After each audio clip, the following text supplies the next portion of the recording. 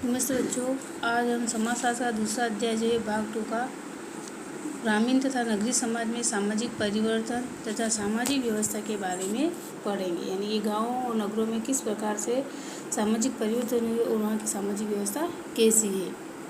पहला है सामाजिक परिवर्तन, यानी कि सामाजिक परिवर्तन किसे कहते हैं। सामाजिक परिवर्तन सामान्य अवधारणा है जिसका प्रयोग किसी भी परिवर्तन के लिए किया जा सकता है, जैसे आर्थिक और राजनीतिक परिवर्तन। समाजशास्त्रीय दृष्टिकोण से सामाजिक परिवर्तन से आशय उन परिवर्तनों से है जो महत्वपूर्ण है, अर्थात वे परिवर्तन जो किसी वस्तु अथवा परिस्थिति की मूलाधार संरचना को समयावधि में बदल दे। यानी कि किसी स्थान की वस्तु अथवा परिस्थिति को मान की वहाँ की स्थिति को या सामाजिक व्यवस्था को पूर्ण रूप से बदल दे समय के अनुसार, तो उसे क्या कहते हैं, सामाजिक परिवर्तन कहते हैं। इस प्रकार परिवर्तन में मात्र वे बड़े परिवर्तन के पैमाने से है, अर्थात समाज के कितने बड़े भाग को उसने प्रभावित किया है, यानी कि कितने क्षेत्र को इस सामाजिक परिवर्तन समाज के संरचना को परिवर्तित किया है। दूसरे शब्दों में परिवर्तन दोनों सीमित या विस्तृत तथा एक बड़े हिस्से को प्रभावित करने वाला होना चाहिए ताकि वह सामाजिक परिवर्तन के योग्य हो सके। यानी कि सामाजिक परिवर्तन जो होता है वह बड़े हिस्से या बड़े आधार पर होना चाहिए। सामाजिक परिवर्तन के वर्गीकरण। सामाजिक परिवर्तन को प्राकृतिक आधार पर अथवा समाज पर इसके प्रभाव अथवा इसकी गति के आधार पर निम्न रूपों में बांटा गया है। पहला है उद्विकास। ऐसे परिवर्तन को उद्विकास का नाम दिया गया जो काफ़ी लंबे समय तक धीरे धीरे होता है। यानी कि किसी समाज के अंदर जो परिवर्तन होता है वो लंबे समय से धीरे धीरे गति से जो होता है उसे उद्विकास कहते हैं। वह शब्द प्राणीशास्त्र चार्ल्स डार्विन द्वारा दिया गया है। यानी कि समाजशास्त्री जो है प्राणीशास्त्र चार्ल्स डार्विन द्वारा यह शब्द दिया गया उद्विकास का। डार्विन ने योग्यतम तथा उत्तरजीविका के सिद्धांत को प्राकृतिक प्रक्रियाओं में दिखाया है।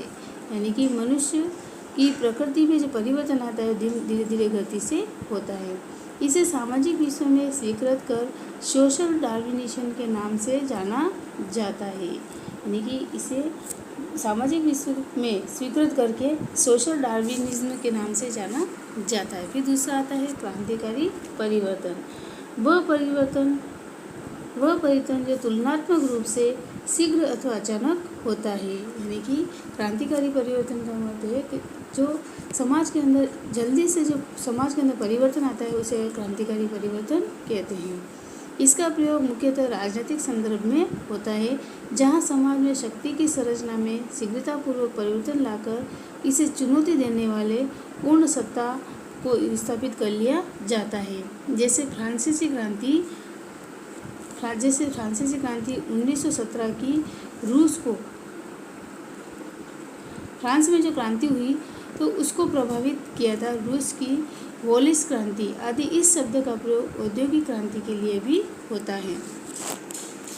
फिर परिवर्तन की प्रकृति या परिणाम के आधार पर सामाजिक परिवर्तन दो प्रकार के बताए जाते हैं।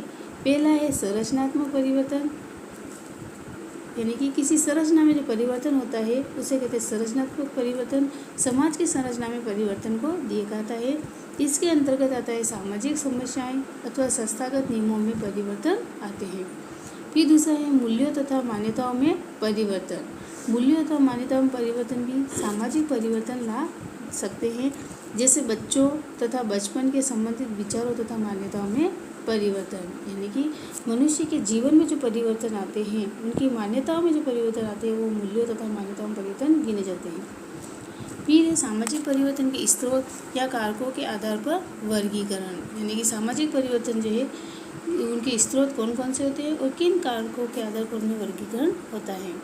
पहला होता है आंतरिक परिवर्तन और दूसरा होता है बाह्य परिवर्तन। आंतरिक परिवर्तन और बाह्य परिवर्तन में वर्गीकरण किया जाता है। फिर ये सामाजिक परिवर्तन के कारण, यानी कि सामाजिक परिवर्तन किस कारण से होते हैं। पहला होता है पर्यावरण। प्रकृति, पारिस्थितिकी तथा भौतिक पर्यावरण को समाज की संरचना तथा स्वरूप और प्रभाव हमेशा से रहा है। यानी कि प्रकृति का और भौतिकी पर्यावरण का समाज के ऊपर इसका प्रभाव हमेशा रहा है। प्राचीन काल में जब मनुष्य प्रकृति के प्रभाव को रोकने व झेलने में अक्षम था, यानी कि सक्षम नहीं था, तब उनका निवास, रहन सहन, भोजन, कपड़े तथा आजीविका के रूप काफ़ी हद तक उनके पर्यावरण के भौतिक तथा जलवायु के आधार पर निर्धारित होते थे। यानी कि प्राचीन काल में जो है समाज का जो निर्धारण होता था किसके आधार पर, प्रकृति के आधार पर और वहाँ की जलवायु के आधार पर उनका जीवन होता था। फिर वर्तमान काल में तकनीकी विकास ने समाज पर प्रकृति के प्रभाव का रूप बदला है। प्राकृतिक विपदाओं जैसे भूकंप, ज्वालामुखी विस्फोट, बाढ़, ज्वार भाटी तरंगों आदि ने समाज में काफ़ी परिवर्तन ला दिए। यानी तकनीकी प्रभाव के कारण इन सभी आपदाओं में भी रोक की जा सकी। ये परिवर्तन स्थायी होते हैं तथा चीज़ों को वापस अपनी पूर्व स्थिति में नहीं आने देते हैं। फिर है तकनीकी द्वारा परिवर्तन। तकनीकी तथा अर्थव्यवस्था विशेषकर आधुनिक काल में तकनीकी तथा आर्थिक परिवर्तन के संयोग से समाज में तीव्र परिवर्तन आए हैं। यानी कि वैज्ञानिक प्रौद्योगिकी के कारण और अर्थव्यवस्था में बदलाव के कारण समाज के अंदर बहुत सारे परिवर्तन आए हैं। तकनीकी द्वारा परिवर्तन के साथ प्रकृति की विभिन्न तरीकों से नियंत्रित करते, इसके अनुरूप ढालने तथा उसके दोहन करने में धन के लिए औद्योगिक क्रांति, यानी कि ये जो समाज के अंदर जो औद्योगिक क्रांति हुई है वो भी तकनीकी के कारण ही संभव हो पाई है। फिर कभी कभी तकनीकी का सामाजिक प्रभाव व्यापक होता है, जैसे वाष्प शक्ति का प्रभाव। कभी कभी तकनीकी आविष्कार अथवा बीज का अथवा खोज का तात्कालिक प्रभाव संकुचित होता है। बाद में होने वाले परिवर्तन आर्थिक संदर्भ में उनके प्रभाव को व्यापक बना देते हैं, जैसे चीन में बारूद और कागज की खोज होना।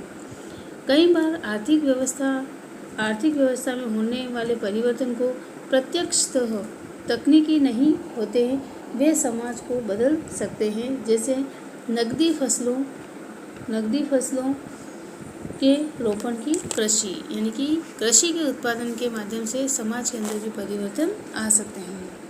फिर है राजनीतिक शक्तियाँ सामाजिक परिवर्तन की महत्वपूर्ण कारक रही हैं। यानी कि राजनीतिक शक्तियाँ जो है वह समाज को परिवर्तित करने का एक मुख्य कारण भी रही है। इसका सबसे स्पष्ट उदाहरण युद्ध तंत्र में देखा जा सकता है। जब एक समाज दूसरे समाज पर युद्ध घोषित करता है तथा जीतता या हार जाता है, सामाजिक परिवर्तन इसका तात्कालिक परिणाम होता है। यानी कि एक समाज दूसरे समाज के ऊपर हावी होकर के अपनी विजय घोषित करता है तो तात्कालिक परिवर्तन कहलाता है। कभी विजेता परिवर्तन के बीच अपने साथ जहाँ कहीं भी जाता है, बोता है, तो कभी विजेताओं के समाज को परिवर्तित करने तथा परिवर्तन के बीज बोने में सफल होता है। द्वितीय विश्व युद्ध की बात अमेरिका और जापान इनके स्पष्ट उदाहरण हैं। साधारण रूप से राजनीतिक परिवर्तन शक्ति के पुनः बंटवारे के रूप में विभिन्न सामाजिक समूहों तथा वर्गों के बीच सामाजिक परिवर्तन लाता है। इस दृष्टि से सार्वजनिक वयस्क मताधिकार अथवा एक व्यक्ति एक मत सिद्धांत राजनीतिक परिवर्तन के इतिहास में अकेला सर्वाधिक बड़ा परिवर्तन है। सार्वभौमिक वयस्क मताधिकार आज एक शक्तिशाली मानदंड के रूप में काम करता है, जो प्रत्येक सरकार तथा प्रत्येक समाज को महत्व देता है।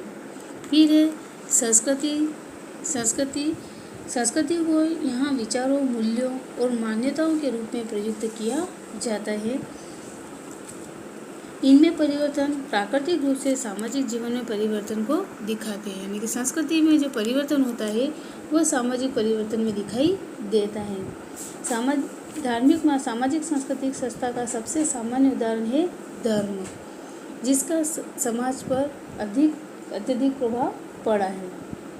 धार्मिक मान्यताओं और मानदंडों ने समाज को व्यवस्थित करने में मदद दी तथा इन मान्यताओं में परिवर्तन ने समाज को बदलने में मदद दी। यानी कि धर्म के प्रति जो मान्यताएं हैं लोगों की, उन्होंने समाज को परिवर्तन करने में सहयोग किया है।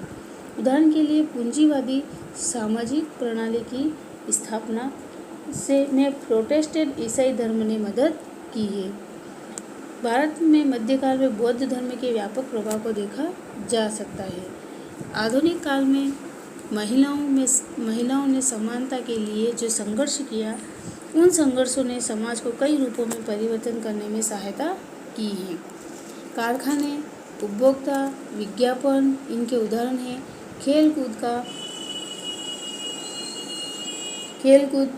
खेलकूद का इतिहास भी इस सांस्कृतिक प्रभाव को दिखाता है।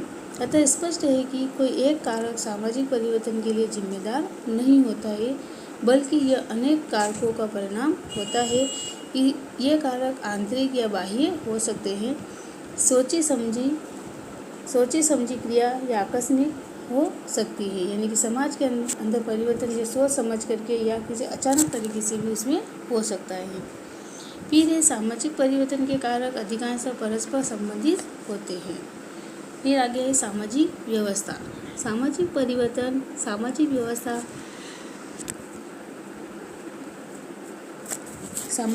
के साथ ही समझा जा सकता है।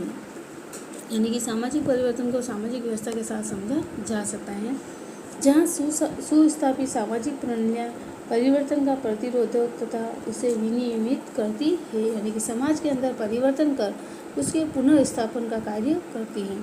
समाज द्वारा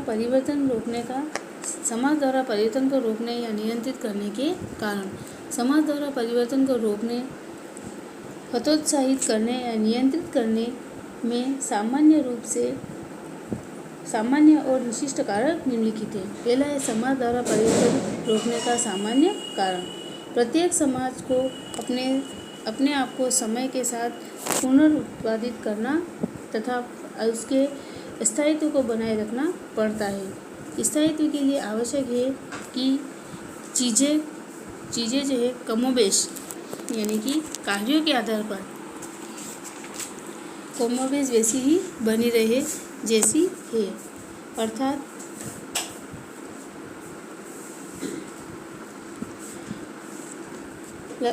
व्यक्ति लगातार सामान्य नियमों का पालन करता रहे तथा सामान्य प्रक्रियाएं एक ही प्रकार के परिणाम दे और साधारण व्यक्ति तथा संस्थाएं पूर्वानुमित रूप से आचरण करें।